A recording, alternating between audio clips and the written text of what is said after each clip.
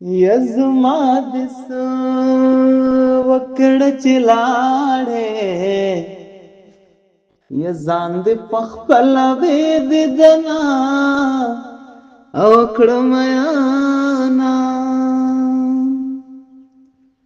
یا بیا پای مکړنا دا کته بشا خړې بے وسما ید بے ننگے لوگ دی وکڑے ما بدی خلق تا دنن صفت کاؤنا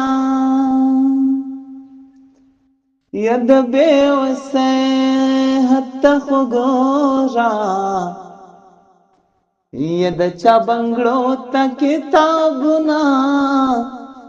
او خرسونا